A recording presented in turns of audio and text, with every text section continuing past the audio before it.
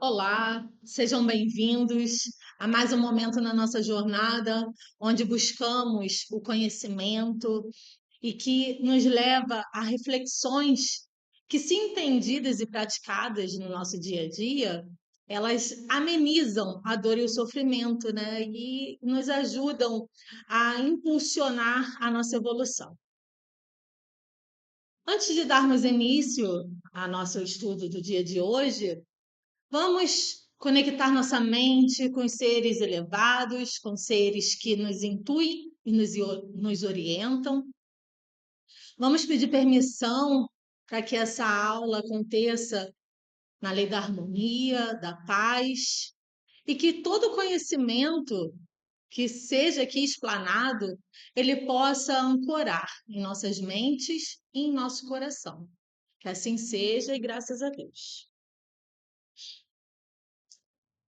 Como de costume, iniciamos com a sugestão de treino de meditação e concentração.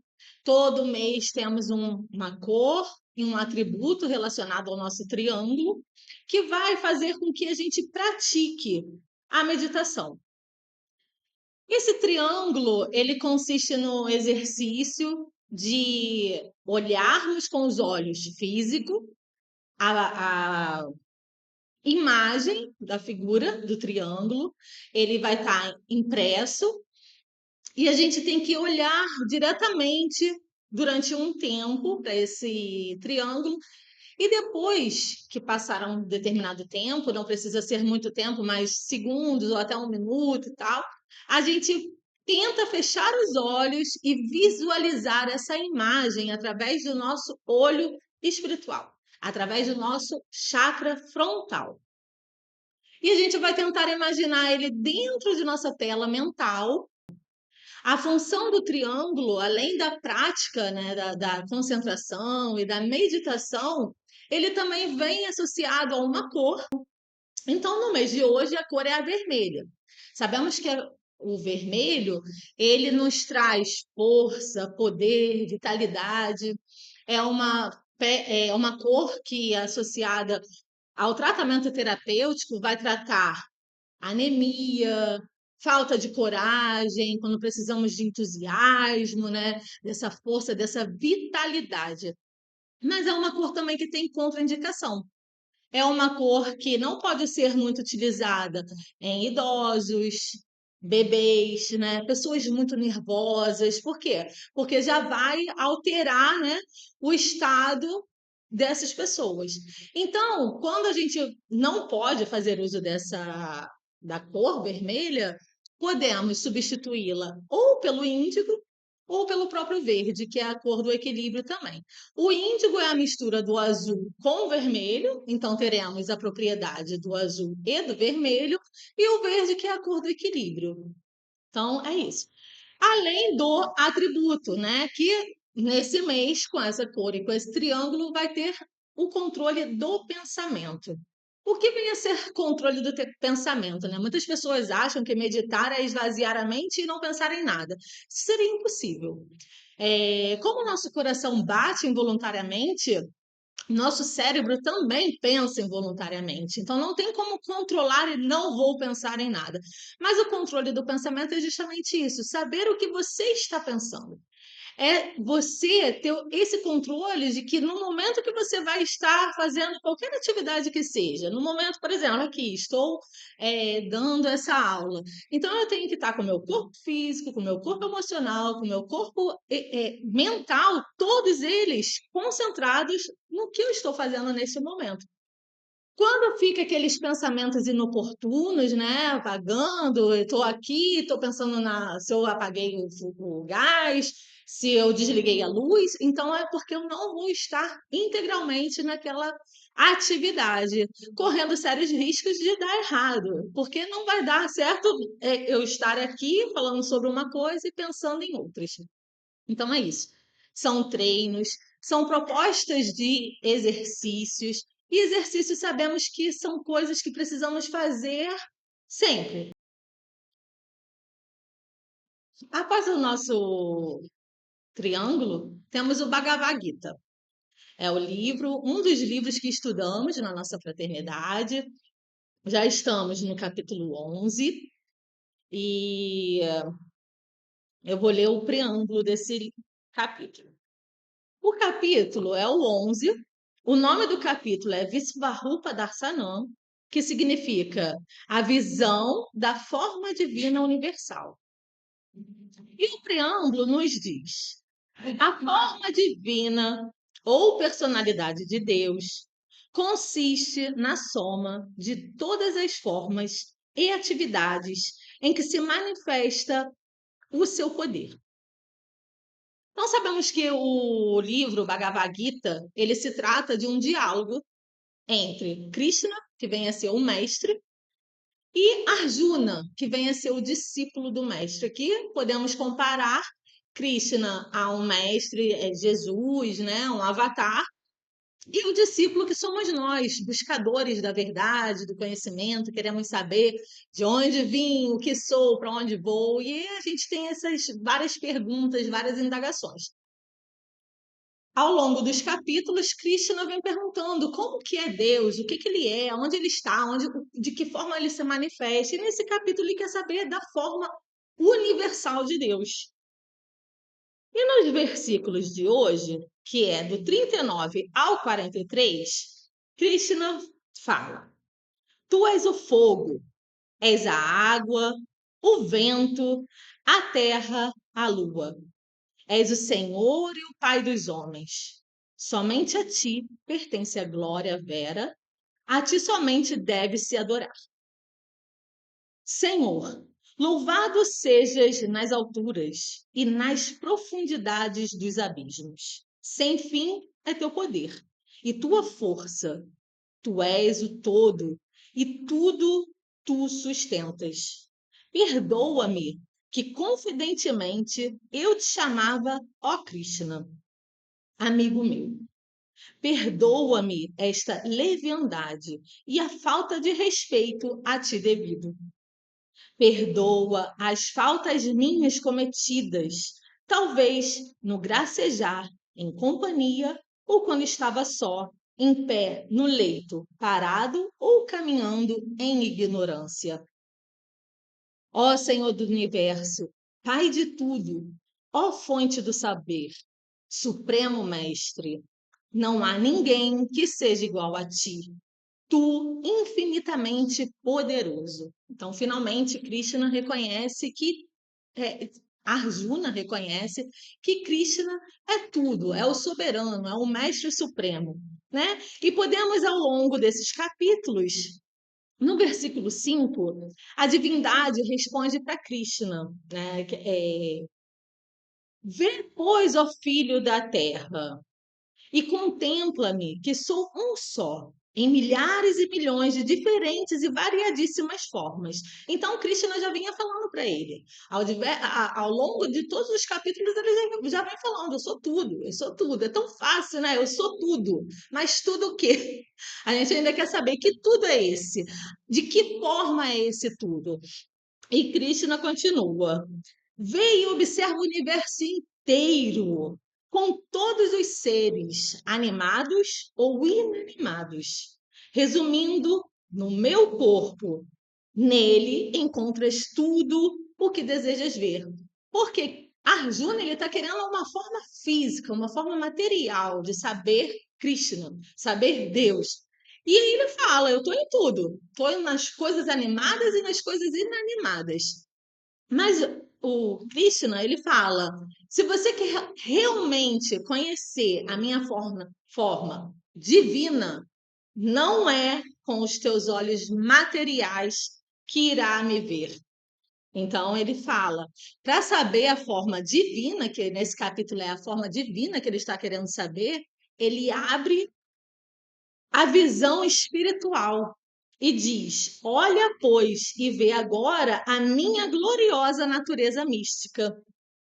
E no versículo 38, né, quando ele reconhece a forma, que foi antes desse 39, ele fala: Tu és o Deus Supremo, o Criador, sustentador de todo este universo, de todos os seres, és a origem, és a verdade estável e o saber. Então, finalmente, Arjuna reconhece que Krishna é tudo e principalmente é o que sustenta tudo isso. O próximo estudo é a nossa apostila Mediunidade e Médium, escrita pela nossa irmã Narci Castro de Souza. Aqui nós temos como se fosse o roteiro de todas as mediunidades e principalmente todos os tipos de comportamento que o médium deve ter quando ele se propõe a desenvolver suas mediunidades, principalmente quando ele está dentro de uma casa espírita, que é o nosso caso, não espírita, universalista, mas aqui com esse desenvolvimento da mediunidade. Então, tem todas as normas necessárias para que seja um bom médium e não se perca nas mediunidades. Nós estamos na página 48, hoje a pergunta é a 6, mas o item é o 17, que está falando a respeito da premonição. A pergunta do dia de hoje é como devemos nos portar ante uma premonição ruim? E ela responde: devemos elevar o pensamento a Deus e pedir que aquilo que nos angustia seja modificado. Então vem a pergunta, né? Então podemos mudar o futuro? Sim, podemos, dentro de um determinado limite, podemos modificar esse futuro. Por quê? Ouvi uma vez numa palestra, um palestrante dizendo que profecias, né? Profecias, premonição é a mesma coisa, são ditas para não serem realizadas. Por quê? Muitas das vezes, premonição, profecia são pensamentos ruins, nem sempre. Ninguém vem aqui dizer o número da loto para a gente ganhar e ficar rico. Geralmente são pensamentos, são visões que nos deixam angustiados, porque são momentos difíceis que vamos passar. E aí, por que que acontece isso? Justamente é como se fosse um conselho, um aviso. Olha, se permanecer nesse caminho, é isso que vai te acontecer no futuro. Então, a partir daquele momento, podemos modificar nossas atitudes no presente para que o futuro se modifique também, né? Então, é justamente isso. A premonição justamente nos faz ter uma consciência dos atos errados que estamos praticando naquele momento. Sabemos que a premonição, ela é a capacidade, né, de prever alguma coisa, ela está associada ao chakra coronário. Qualquer pessoa pode ter uma premonição, e quando tiver, se for alguma coisa ruim, procurar mudar sua forma de ser para que no futuro aquele acontecimento ruim que estava previsto não se desenrole, não aconteça daquela forma. Podemos amenizar, né? Por exemplo, aqui quando buscamos o conhecimento, quando buscamos principalmente o conhecimento que nos tira das trevas da ignorância, né? É justamente isso, porque muitas das vezes erramos por não saber. Erramos porque realmente não entendemos de outra maneira. Fazemos porque estamos acostumados a fazer daquela forma. E quando alguém, algum conhecimento, nos aparece e mostra que a nossa forma de fazer, independente que seja o mais natural para a gente, é errada, e a gente tem essa consciência, se despertar, mudamos. E através do conhecimento conseguimos mudar a nossa vida, a nossa existência e o nosso futuro, principalmente.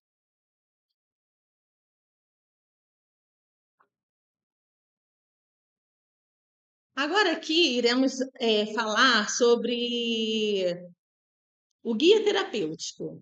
Voltamos ao início desse livro.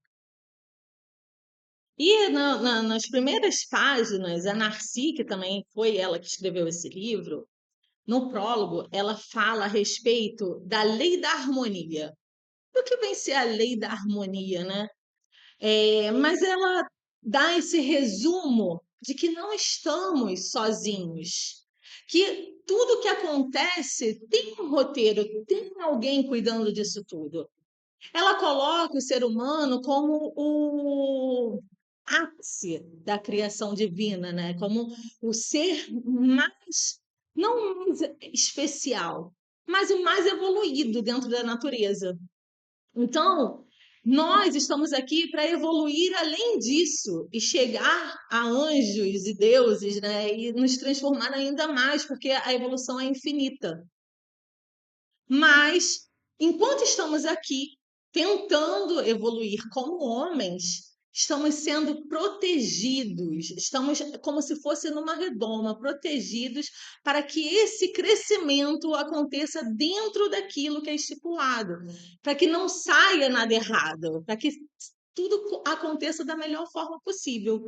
Então, é o universo sendo governado por essa lei de harmonia e amor, né? E nos dizendo que sim, existe sim o sofrimento, né? Porque a gente para e pensa, pô, mas se tem essa lei da harmonia, se tem toda essa proteção, por que estamos vivendo esse caos? Mas está tudo dentro do programado. O sofrimento é como se fosse um mecanismo de conserto, de correção. Ele serve para nos alertar. Tudo à nossa volta, até as coisas ruins, quando nos acontecem, é justamente para a gente acordar e ver que estamos fazendo errado. Então, o sofrimento nos diz isso também. Olha, você está sofrendo, você está se fazendo dessa forma, então muda para ver se melhora, né? É aquele ditado que diz: errar quando, mas persistir no erro é burrice. Então, quando estamos fazendo, praticando uma atitude que nos leva ao erro, que nos leva ao sofrimento, por que não mudar, né? E na página 11, ela vai falar a respeito do homem e seus veículos. Veículos, né? São os corpos que o homem, não o homem do gênero masculino, mas o homem no sentido humanidade. Todos os nossos corpos, todos os nossos veículos. Podemos entender, inclusive na Bíblia está escrito, que fomos criados à imagem e semelhança de Deus, né? E Deus teve o sopro divino e ele soprou e nos criou. A imagem e semelhança de Deus acaba que nos traz o pensamento de que Deus, se eu sou assim, então Deus é assim também. E não é isso. O que Deus criou foi o nosso espírito, espírito com letra maiúscula, né? O nosso espírito, o nosso eu superior, aquele que nunca morre, aquele que é eterno. Então, quando Deus criou ele, e a gente vem no sentido da involução, quando a gente vem descendo e adquirindo todos, nos revestindo de todos os atributos, de todos os das dimensões, a gente vai criando ao longo desse tempo, que é muito tempo, né? Não dá para contar, porque se já estamos na fase hominal, é porque isso já levou muito zilhões de tempos, assim, que é incalculável. Então, se já chegamos nisso, a nossa centelha divina já vem evoluindo até se concretizar, se materializar no corpo físico, que é aonde é a forma mais densa da manifestação de Deus. Sendo que antes, centelha divina, né, que vem a ser uma semente. Deus é como se Deus soprasse a semente, que vem descendo. Conforme a gente vai descendo, a gente vai passar. Essa centelha ela pode ser chamada de corpo átmico, muitas pessoas chamam de eu superior, espírito imortal, tem várias nomenclaturas, mas tá todo mundo falando da mesma coisa, que é a criação de Deus. Conforme ele vem descendo nas dimensões, ele vai passar pelo corpo búdico, que é onde nós temos o registro acástico, que falamos anteriormente na premonição, que é acessado quando temos uma premonição, é justamente o corpo acástico que estamos acessando. Depois vem o nosso corpo mental superior, que é onde está o nosso projeto de vida, é onde todos os coaches falam, né? Está tudo dentro de você, sim, está tudo dentro da gente, tudo dentro do nosso mental superior. Sabemos o que fazemos, o que precisamos ser feito, mas nem sempre conseguimos alcançar. O mental inferior, que vem a ser o nosso concreto, né? Vamos compará-lo ao cérebro, que é onde estão os nossos valores morais. Cada vez que a gente encarna em uma família, a gente vai adquirindo valores morais daquela família, daquela educação, daquele contexto que você tem ao longo daquela existência. Então, vai estar tudo ali no mental inferior. Temos também o corpo astral ou emocional, né? O duplo etérico, que é o corpo da vitalidade. Os veículos do homem são esses, são importantes, todos eles, nenhum é melhor do que o outro. Precisamos sim cuidar de todos, principalmente do nosso corpo físico, não é porque ele é perecível que não devemos cuidar dele para que a gente realmente possa ter a disposição, a vida e a saúde para que a gente cumpra aquilo que foi planejado antes da gente encarnar. E o nosso último, mas não menos importante, é a comunhão com os arcanjos.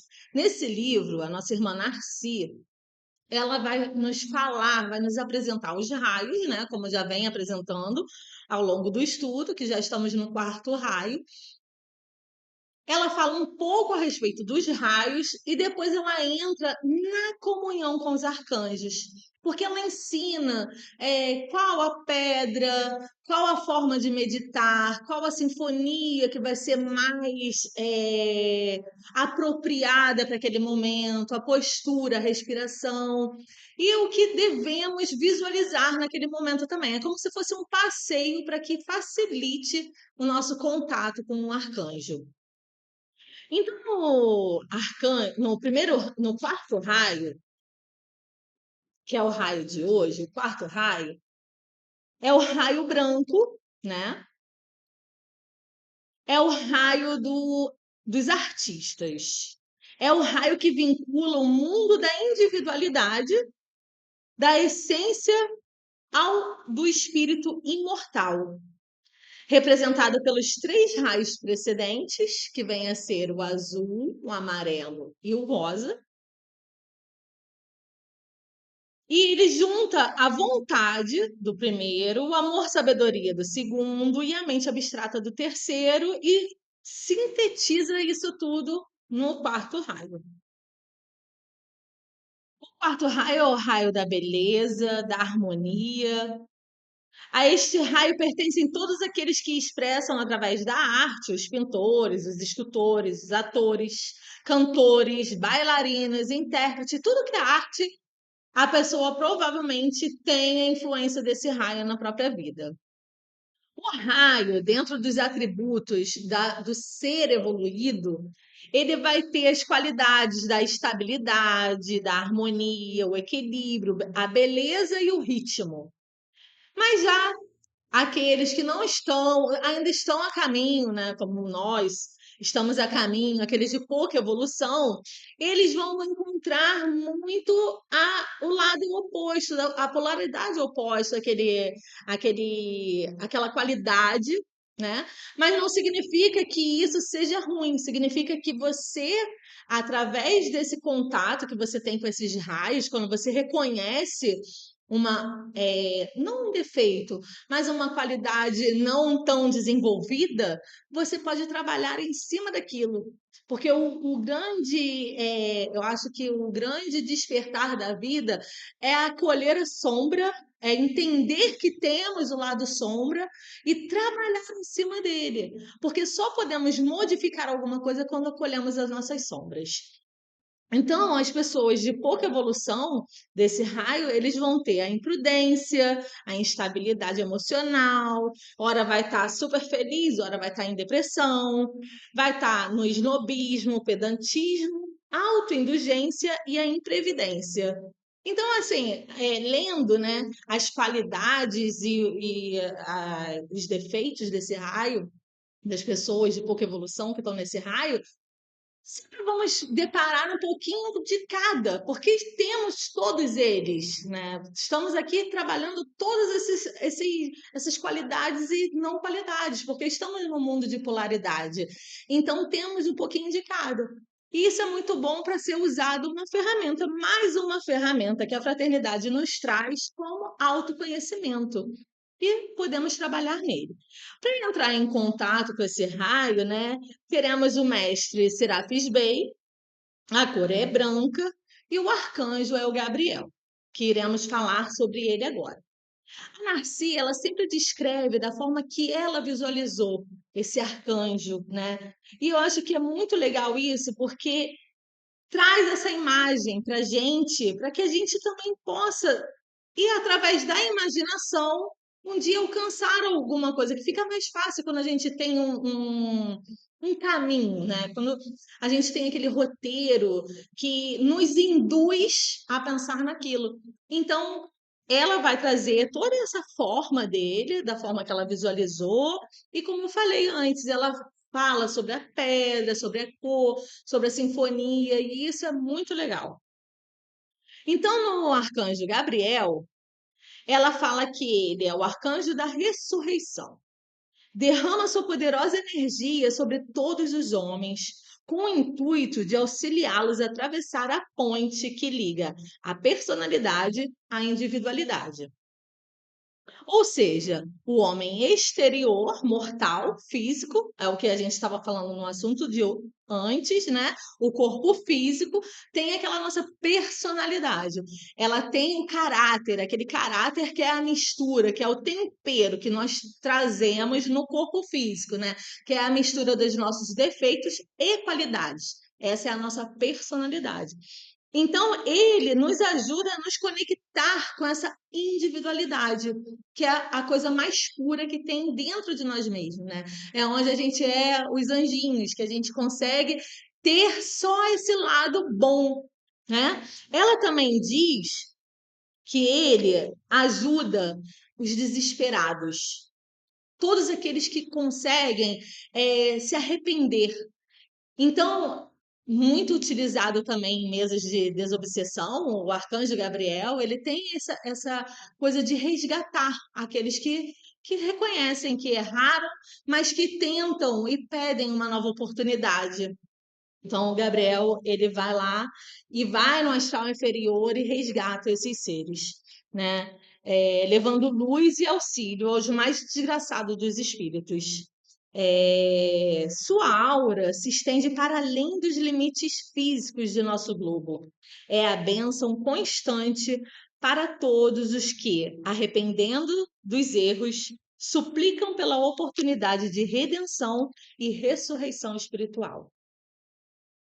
Então, aqui ela fala para gente que, através da meditação, ela diz que a pedra do arcanjo Gabriel é a safira. Então, ela fala que a cor é branca. A música, ela sugere que seja o concerto de Rachmaninoff, número 2. A postura, tanto pode ser você deitado ou sentado, eu sempre falo, é a melhor postura que você esteja confortável. Pessoas às vezes não se sentem confortável deitado, porque tem dor aqui, dor ali. Então é melhor ser sentado, então que seja sentado. Mas de preferência no momento onde você não vai ser interrompido, né? Que você possa realmente se entregar àquele momento. É, e é isso. Então, vamos tentar agora trazer essa presença do Arcanjo Gabriel para esse momento. Você que está em casa nesse momento, feche seus olhos, busque uma postura confortável aonde você está, que você se sinta bem relaxado. Vamos fazer aquela respiração longa e profundamente, trazendo o ar e preenchendo todo o nosso ser. Vamos reter por alguns segundos e soltar. Vamos fazer essa respiração por mais 2 vezes, enchendo todo o nosso ser. E ao expirar, vai relaxando todo o seu corpo, sinta-se todo entregue, todo relaxado. Mais uma vez.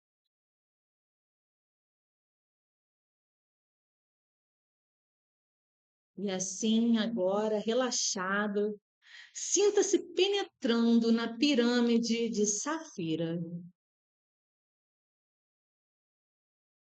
Nesse mundo de luz e de reflexos coloridos, respire de forma rítmica e profundamente. Esta atmosfera luminescente, procurando não pensar em mais nada a não ser na cintilância da safira.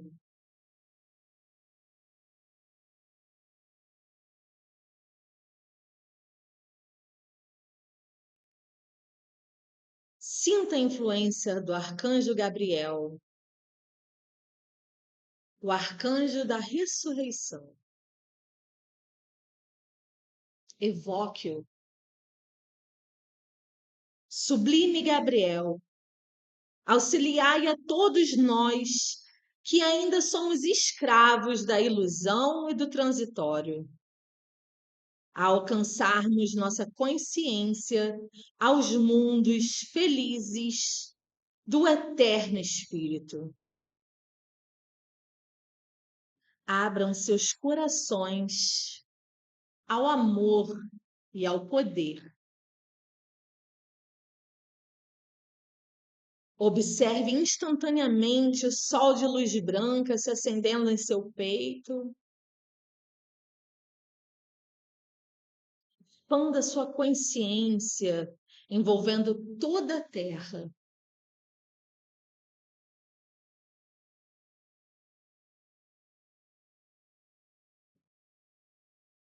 Nesse momento, Gabriel, pedimos que a sua luz envolva todo o nosso planeta Terra e que todos que ainda tiverem a oportunidade de serem alcançados pela sua luz sejam, nesse momento, libertos. E assim, na vibração do Arcanjo Gabriel, terminamos mais uma aula. Agradeço a todos que permaneceram aqui. Namastê.